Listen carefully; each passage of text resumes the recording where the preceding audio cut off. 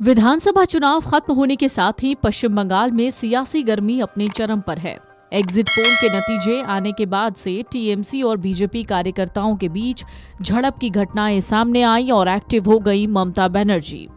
सत्तारूढ़ टीएमसी पर बीजेपी के एक पोलिंग एजेंट के घर पर हमला कर उनके साथ मारपीट करने का आरोप लगा।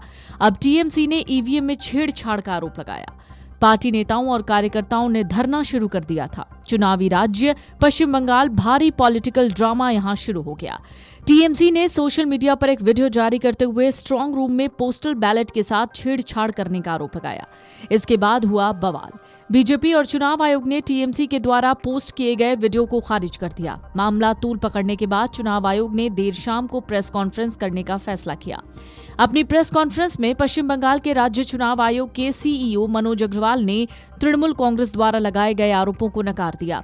उन्होंने कहा, स्ट्रांग रूम ठीक से सील किए गए हैं और कोई भी उन कमरों में एंटर नहीं कर सकता। मनोज अग्रवाल ने कहा कि सीएम कैंडिडेट इन 7 सीटों के एजेंट नहीं है। स्ट्रांग रूम के अंदर सिर्फ कैंडिडेट या एजेंट ही जा सकता है। लॉ एंड ऑर्डर की स्थिति ठीक है। काउंटिंग में सब नीट एंड क्लीन रहेगा।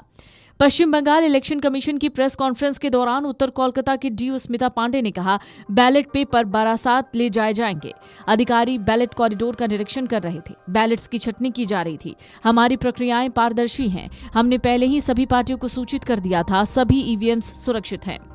पश्चिम बंगाल में काउंटिंग से पहले ईवीएम पर बवाल हुआ। टीएमसी का आरोप है, स्ट्रांग रूम की सील तोड़ी गई। ईवीएम के साथ छेड़छाड़ की कोशिश हुई। टीएमसी ने एक वीडियो भी जारी किया। इसके बाद टीएमसी के नेता काउंटिंग सेंटर के बाहर धरने पर बैठ गए। थोड़ी देर बाद एंट्री होती है मुख्यमंत्री ममता बनर्जी की। वो खुद भवानीपुर के काउंटिंग सेंटर पहुंची और मौके का मुआयना किया। चुनाव आयोग भी हरकत में आ गया। चुनाव आयोग ने जवाब में कहा, कहीं भी स्ट्रांग रूम का ताला नहीं तोड़ा गया। अफवाह फैलाई जा रही है। इसको लेकर देर रात पूरे बंगाल में बवाल मच गया। थोड़ी देर में पश्चिम बंगाल के निर्वाचन आयुक्त ने बताया कि आधी रात काउंटिंग सेंटर के भीतर पोस्टल बैलेट को अलग करने की प्रक्रिया चल रही थी। सभी पार्टियों को इसके बारे में डिटेल में जानकारी दी गई थी। यह हर बार होता है, कोई नई प्रक्रिया नहीं है। इसके बावजूद देर रात तक कोलकाता में बवाल रहा। बीजेपी और टीएमसी कार्यकर्ता आमने सामने आ गए। काउंटिंग सेंटर पर धांधली के आरोपों के बाद ममता बनर्जी खुद आधी रात को शेखावत मेमोरियल स्कूल में बने काउंटिंग सेंटर पहुंच गई। वो खुद ईवीएम की रखवाली करने लगी। ये देखकर तमाम बीजेपी कार्यकर्ता वहां जम गए और पुलिस वालों से बहस करते दिखे। सवाल करते दिखे कि ममता काउंटिंग सेंटर के अंदर कैसे पहुंच गई। बीजेपी ने ममता के वहां जाने को असंवैधानिक कहा। जिस काउंटिंग सेंटर पर ममता मौजूद रही वहां सेंट्रल फोर्स की तैनाती है। उधर तृणमूल कांग्रेस के कार्यकर्ता काउंटिंग सेंटर के बाहर हंगामा करने लगे। हालात देखकर कोलकाता के ज्वाइंट सीपी भी भारी फोर्स के साथ वहां पहुंच गए।